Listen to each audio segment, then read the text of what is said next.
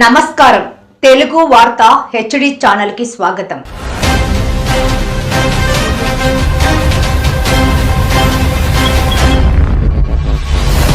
జై తెలంగాణ। ఎన్నికల guarantee card ప్రకారం ఇవ్వవలసిన కాంగ్రెస్ ప్రజలకు ఇవ్వవలసిన బాకీ కార్డు ఇది ప్రజలందరూ గమనించాలి। నా రైతు సోదరులు, మహిళా సోదరులు, విద్యార్థి సోదరులు ప్రతి ఒక్కళ్ళు పాటించవలసిన, గ్రహించవలసిన బాకీ కార్డు ఇది। మహిళలకు నెలకు 2500 రూపాయలు హామీ ఇచ్చారు। ఇప్పటికీ 55,000 ఒక్కొక్క మహిళకు 55,000 రూపాయలు ఇవ్వవలసిన అవసరం కాంగ్రెస్ పార్టీ ఉంది।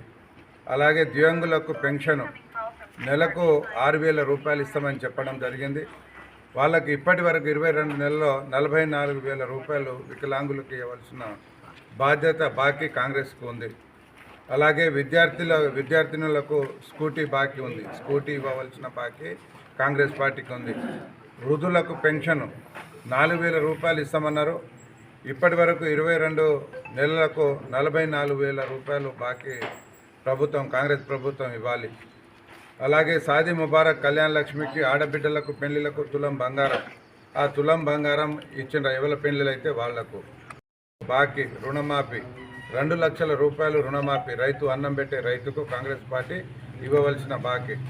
నిరుద్యోగులకు 2 లక్షల ఉద్యోగాలు బాకీ। అలాగే 88,000 రూపాయలు విద్యార్థులకు ఇవ్వాలి। అలాగే విద్యా భరోసా కార్డు విద్యార్థులకు 5 లక్షల రూపాయలు బాకీ। అలాగే ఆటో కార్మికులకు సంవత్సరానికి 12,000 రూపాయలు బాకీ, 24,000 రూపాయలు ఆటో కార్మికులకు। అలాగే రైతు కూలీలకు ఉపాధి హామీ సంవత్సరానికి 12,000, ఇప్పటి వరకు బాకీ 24,000 రూపాయలు। ఇంకా చాలా ఉన్నాయి।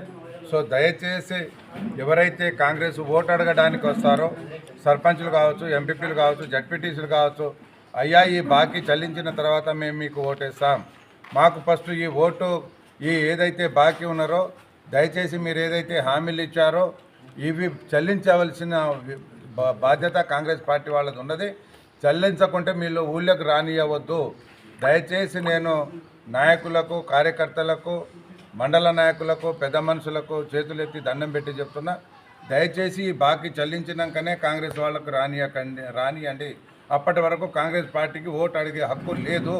దయచేసి అందరూ మహిళా లోకం కానీ, విద్యార్థి లోకం కానీ, నా రైతు సోదరులు కానీ, మహిళలు కానీ ప్రతి ఒక్కరు బాధ్యతగా అర్థం చేసుకోవాల్సిన బాధ్యత మన పైన ఉంది।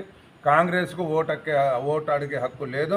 ఇవాళ ఓటు అడగాలన్నా మన టీఆర్ఎస్ ప్రభుత్వం ఏం అభివృద్ధి చేసిందో మీకు తెలుసు, మేనిఫెస్టోలో పెట్టని కూడా ఇచ్చారు।